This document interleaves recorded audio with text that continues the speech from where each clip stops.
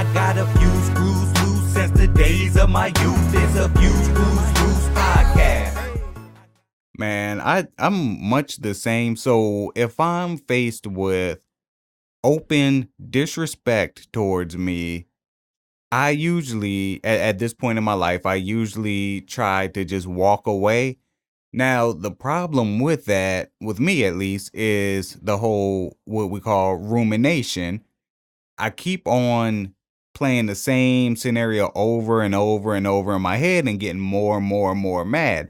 So just because you necessarily walk away from something, whether it be a fight, some kind of verbal altercation, confrontation, they say, and we've mentioned it a few times, it takes a bigger person to walk away. Yeah, it does. But at the same time, yo, that shit just simmers and simmers and simmers. Like when I walk away from something, yo, I that shit just makes me more and more mad later on.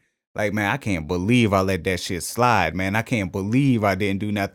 And that just kind of snowballs. And sometimes I do react way after the fact. Like if someone does something to slight me or I feel like they're disrespecting me outwardly, yo, it might be 3, 4 days and then I retaliate. And they might have forgot all about the shit. You know what I mean? But that's because those 3, 4 days, I just been sitting with that shit and sitting with it. It's been replaying in my head over and over and over again.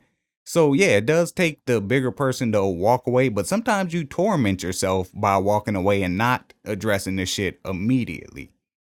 Is that like if somebody say something and call you a name or something, and then you don't say nothing back because you couldn't think of nothing, and then when you by yourself at 3:30 in the morning, you come up with some snappy, witty comeback, and you be like, "Damn, man, I hope that nigga say that shit again next time I see him, so I can say this," and it don't ever happen. Yeah, man, my joint is you call me a name, I go home and think about that. I get some witty comebacks 3, 4 days later. I just walk up to you and punch you in the face. Hey, man, sometimes that works for the best. Hey, yeah. Man. So, yeah, I mean, I know what you mean by that. I have situations frequently of whether it be microaggressions or overt disrespect, but I've learned that little microaggressions kind of make me more mad than anything. Because to me, a microaggression is like you either one think you're smarter than me and you think you can disrespect me and I'm too dumb to catch on, or you're too much of a sucker to actually disrespect me, so you think you can put one over my head, which makes me even more angry. Yeah, man, and that's one of the things that I've seen, well, in the workplace at least, as far as microaggression goes.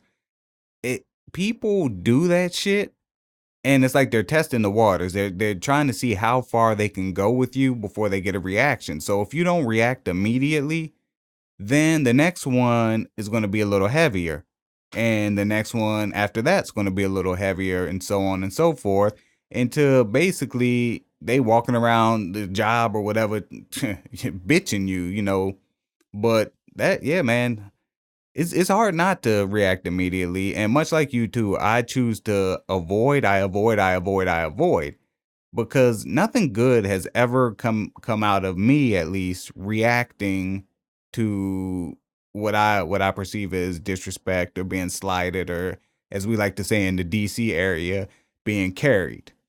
So yeah, man, that's just horrible. Do you have any examples that you can give us? Anything off the top of your head?